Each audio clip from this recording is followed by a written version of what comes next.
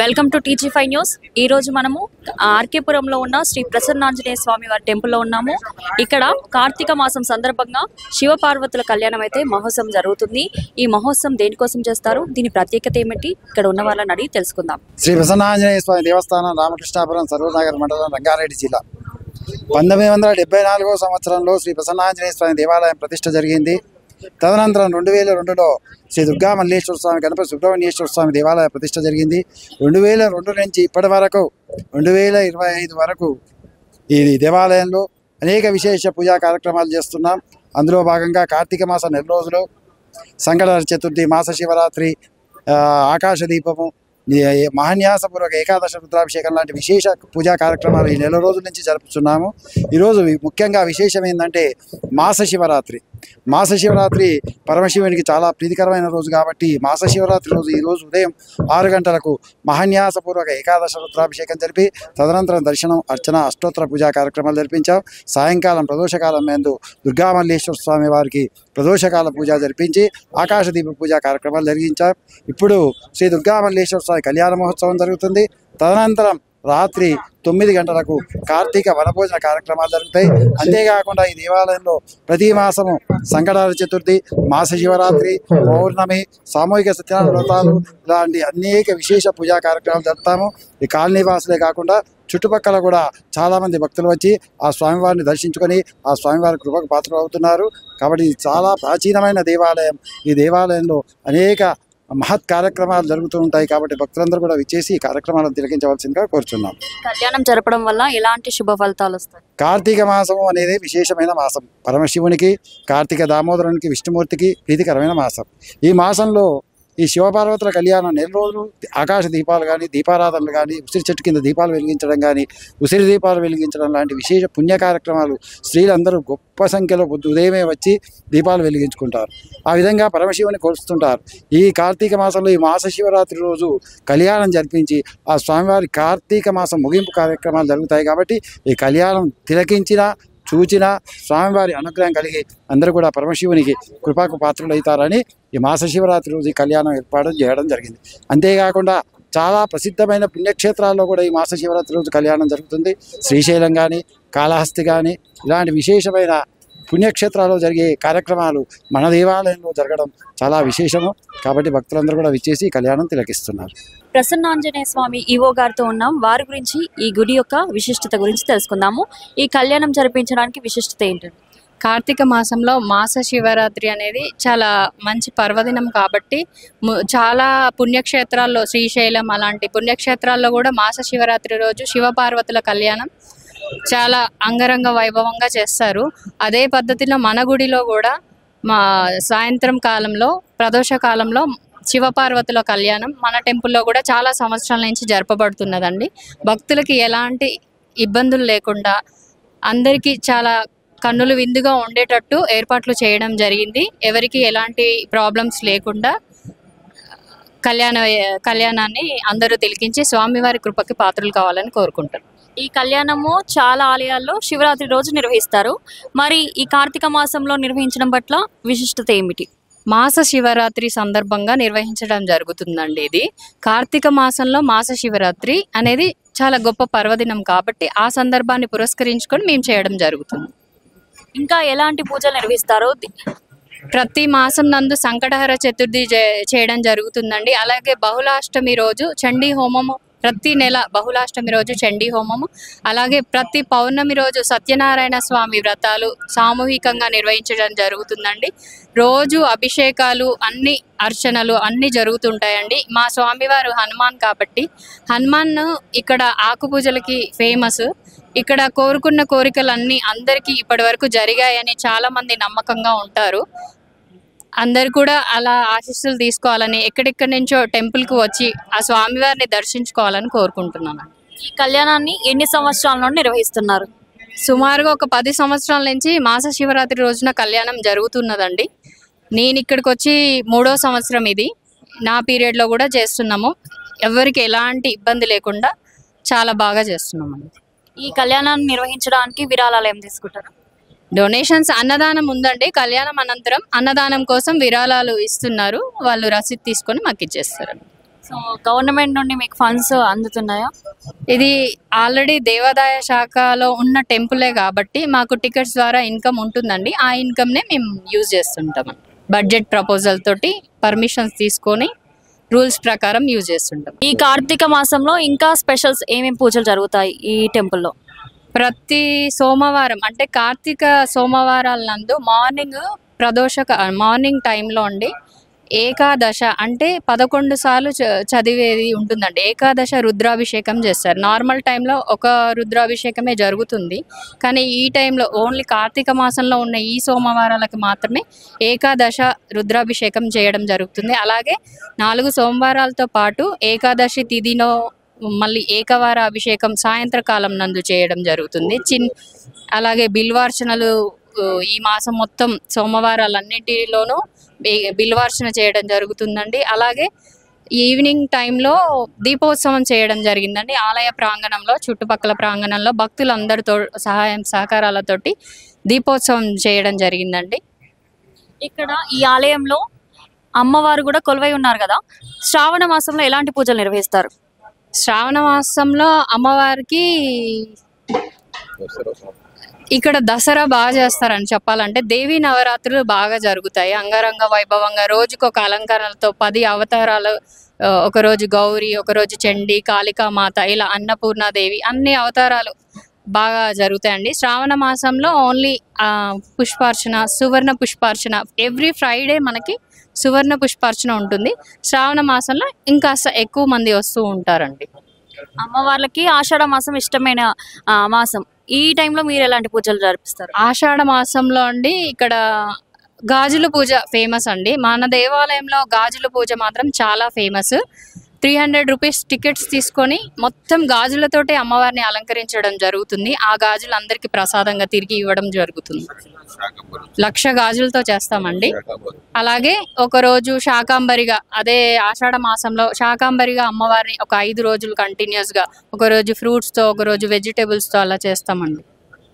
మా తరపున మీరు ఎవరికైనా ఏమైనా చెప్పాలనుకుంటున్నారు? మా స్వామివారు చాలా పవర్ఫుల్ అండి. అందరూ ఎంత దూరంలో ఉన్నా సరే ఒక్కోసారి వీల్ చేసుకొని మా టెంపుల్కి వచ్చి స్వామివారి ఆశీర్వాదం పొందవలసిందిగా కోరుకుంటున్నాను. ధన్యవాదాలు. ఇంకా కొంతమంది భక్తులు అన్నారు, వారితో మాట్లాడి విశేషాలు తెలుసుకుందాం. నా పేరు రమేష్ నేత. శ్రీ శ్రీ ప్రసన్నాంజనేయ స్వామి ఆర్కేపురం నందు చైర్మన్గా ఉన్నాను గుడికి. ఇక్కడ ప్రతి కార్తీక పౌర్ణమికి నెల రోజులు కార్యక్రమాలు నిర్వహించడం జరుగుతుంది. కార్యక్రమాలలో ప్రతి సోమవారం మా అయ్యగారులతోటి శివలింగానికి అభిషేకాలు ప్రతి సోమవారం గ్రాండ్గా చేసుకోవడం జరుగుతుంది. తదనంతరం సాయంత్రం కూడా అందరూ వచ్చిన భక్తులతోటి లింగాలు ఏర్పాటు చేసి అక్కడ కూడా అభిషేకాలు, భక్తులకు అన్ని సౌకర్యాలతోని అభిషేకాలు కూడా చేయడం జరుగుతుంది. సత్యనారాయణ వ్రతాలు కూడా సామూహికంగా సత్యనారాయణ వ్రతాలు కూడా అయ్యగారులు చాలా బ్రహ్మాండంగా నిర్వహిస్తారు. ఇక్కడ వచ్చే భక్తులు కూడా అందరూ కూడా క్రమశిక్షణతోటి ఎలాంటి ఇబ్బంది లేకుండా, ఎవరిని ఇబ్బంది పెట్టకుండా ఒక క్యూ పద్ధతిలో వచ్చి అందరికీ సహాయ సహకారాలు అందిస్తారు. అలాగే మా కమిటీ సభ్యులు కానివ్వండి, మా ఈఓ గారు కానివ్వండి, మా అయ్యగారులు లక్ష్మణాచారి గారు కానివ్వండి, ప్రతి ఒక్కరు కూడా ఎవరిని ఇబ్బంది పెట్టకుండా, భక్తులకు ఇబ్బంది రాకుండా సౌకర్యాలు కూడా, ప్రసాదాలు కానివ్వండి, సౌకర్యాలు కానివ్వండి చాలా బ్రహ్మాండంగా చేస్తాం. ఈరోజు అమ్మవారి శివపార్వతుల కళ్యాణం కూడా నిర్వహించడం జరుగుతుంది. ఈ కార్యక్రమం కూడా చాలా బ్రహ్మాండంగా నిర్వహించుకుంటాం. తదనంతరం కూడా వనభోజనాల కార్యక్రమం, తదనంతరం వనభోజనాల కార్యక్రమం కూడా నిర్వహించడం జరుగుతుంది. మాది ఇంకొకటి ఏంటంటే ప్రత్యేకత 52 సంవత్సరాలు గుడి కొద్దిగా మాకు అంత లీకేజీలు జరగడం జరుగుతుంది. దీన్ని పునరుద్ధరించాలి, ఒక స్లాబ్ వేయాలని సంకల్పంతో మా ఈవో గారు, మా పూజారులు, మా కమిటీ మొత్తం నిర్ణయించుకున్నాం. గవర్నమెంట్ వారి సహాయ సహకారాలు అందించి, ఇక్కడ భక్తులు కూడా వారి సహాయ సహకారాలు అందించి వారి తోడ్పాటు అందిస్తే ఈ గుడిని డెవలప్ చేయాలని మా కమిటీ మొత్తం నిర్ణయించడం జరిగింది. ధన్యవాదాలు. ఇక్కడ మరిన్ని వివరాలు ఇంకో భక్తుని అడిగి తెలుసుకుందాం.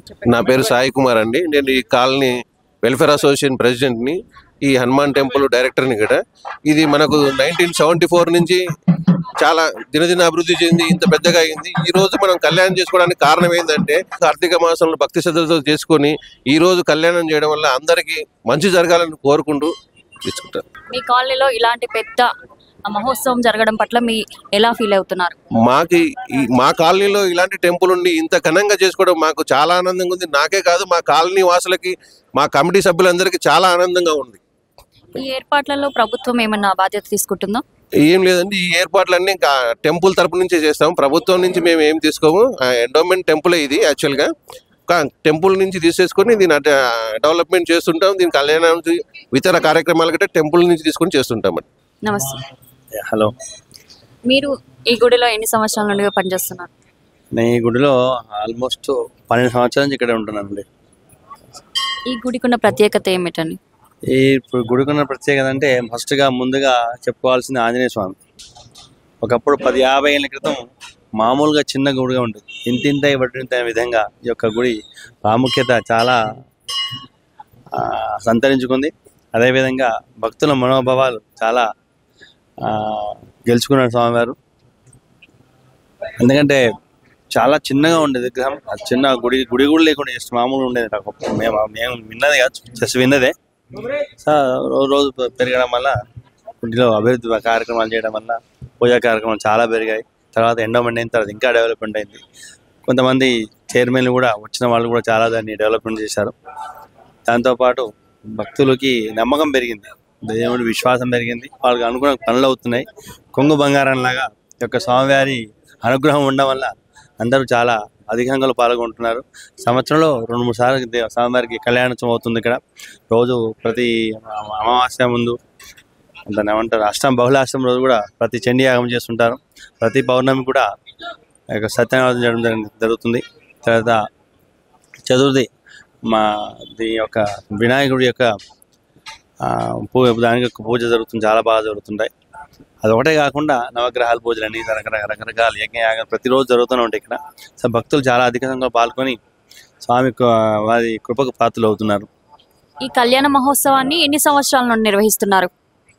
నాకు తెలిసినంత వరకు బ్రహ్మోత్సవాలు ఒక 10 సంవత్సరాల పైచిలుకే బ్రహ్మోత్సవాలు జరుగుతాయి. ప్రతి సంవత్సరం మార్చి ఆ ప్రాంతం జరుగుతుంటాయి. కరెక్ట్ డేట్ ఐడియా లేదు, బట్ మార్చి ఆ ప్రాంతం జరుగుతుంటాయి. తర్వాత అది ఒకటే కాకుండా ఎవరైతే కోరుకుంటున్నారు దేవుడు దండం పెట్టుకుంటున్నారో దాని ప్రకారం జరుగుతున్నాయి. సో దాని దగ్గర వాళ్ళు మొక్కులు కూడా తీసుకోవడం జరుగుతుంది. చాలా ఎక్సలెంట్ జరుగుతుంది, బాగుంది. చాలా రోజు అన్నదానం ప్రతి నెలకోసం అన్నదానం జరుగుతుంటాయి. కళ్యాణం తర్వాత శివరాత్రి ఇప్పుడు కళ్యాణం జరుగుతుంది, అది చాలా విశేషంగా జరుగుతుంది. అయితే కార్తీక మాసంలో ఇవన్నీ చాలా బాగా జరుగుతుంది. ఇప్పుడు వనభోజనాలు కూడా జరుగుతున్నాయి, ఇప్పుడు స్టార్ట్ చేస్తారు. అంటే వారికి యొక్క కళ్యాణం అయిన తర్వాత దాంతోపాటుగా ఈ యొక్క వనభోజనాలు స్వామివారి ప్రసాదంగా విధానం దాదాపు 1000-1500 మంది భోజనాలు జరుగుతాయి. తర్వాత ఇక్కడ గోశాల కూడా పెట్టారు. ఇక్కడ వెనక గోశాల కూడా ఉంది, యాగశాల యజ్ఞశాల. యజ్ఞం చాలా మంది చేస్తుంటారు, చాలా బాగుంటుంది. ఇప్పుడు కార్తీక మాసంలో ఈ కళ్యాణం జరిపించడం వల్ల మనకి ఎలాంటి సత్ఫలితాలు కలుగుతాయి? అంటే ఉద్దేశం లోక కళ్యాణంతో పాటు మనం కాలనీలో ఉంటున్నాం కాబట్టి ఈ కాలనీ డెవలప్మెంట్ విషయంలో కూడా ఆ యొక్క మంచి ప్రభావం పడుతుంది ప్రజల మీద, ఉన్న కాలనీ వాసులకి. ఈ కళ్యాణం ఎవరైనా చేసుకోవచ్చు?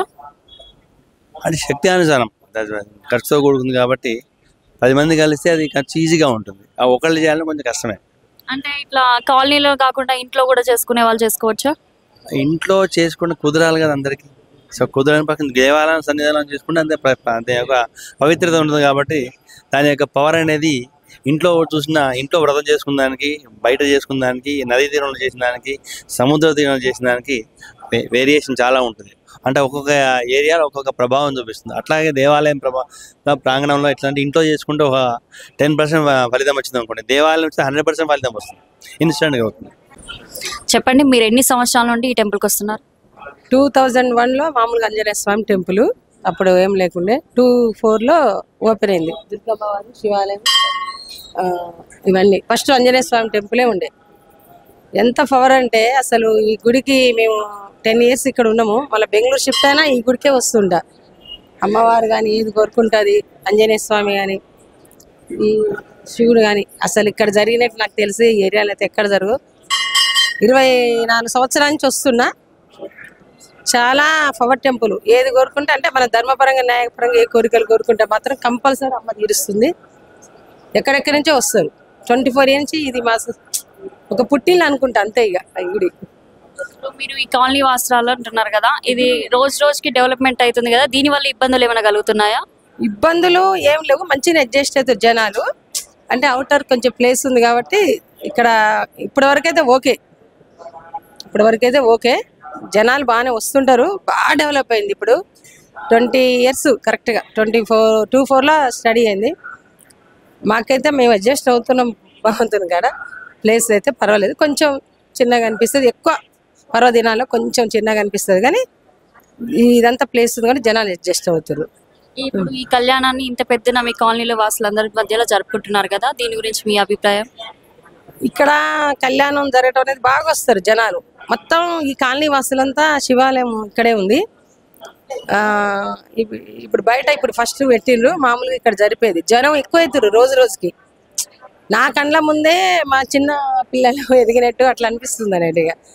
మా దేవుడైనా అసలు చెప్పలేనంత డెవలప్ అన్నట్టు. అయ్యగారులు కూడా మంచిగా చేస్తారు పూజలండి, చాలా బాగా చేస్తారు. మా శివాలయం అయ్యగారు కానీ, ఆంజనేయ స్వామి గుడి అయ్యగారు కానీ, నేను 20 years నుంచి మా ఇంటికి వచ్చినట్టే ఉంటుంది, కానీ ఒక గుడికి వచ్చిన ఫీలింగ్ అయితే రాదు. శివాలయంలో అయ్యగారు, శ్రీను అయ్యగారు కానీ, విక్రమ్ అయ్యగారు కానీ, ఆ అయ్యగారు కానీ, అయ్యగారులు కూడా సిస్టమేటిక్గా మంచిగా నడిపిస్తారు. చాలా బాగా ఉంది మెయింటెనెన్స్. రమేష్ గారు కానీ, గుడి చైర్మన్, అన్నీ మంచిగా చాలా సిస్టమేటిక్గా పద్ధతిగా ఉంటుంది అన్నట్టు టెంపుల్. దానివల్ల బాగా నడుస్తుంది. అంటే పద్ధతిగా ఒక సిస్టమేటిక్గా నడిపిస్తారు. అందరూ చాలా బాగా నడిపిస్తున్నారు. అసలు మాకు ఈ గుడికి రాకపోతే ఏదో కోల్పోయినట్టు ఉంటుంది. మేము ఇక్కడున్న 10 years బెంగళూరు షిఫ్ట్ అయినా ముఖ్యమైన కార్యక్రమం అంత దూరం నుంచి ఇక్కడికి వస్తా. మాది ఆపోజిట్ హౌస్. 21లో వచ్చాను. అప్పుడు ఒక ఆంజనేయ స్వామి ఉండే. ఇది కట్టిన కాంచి ఎక్కువ డెవలప్ అయింది. అప్పుడు ఇంత లేదు, వారానికి 2 అవ్వపడేది అంతే.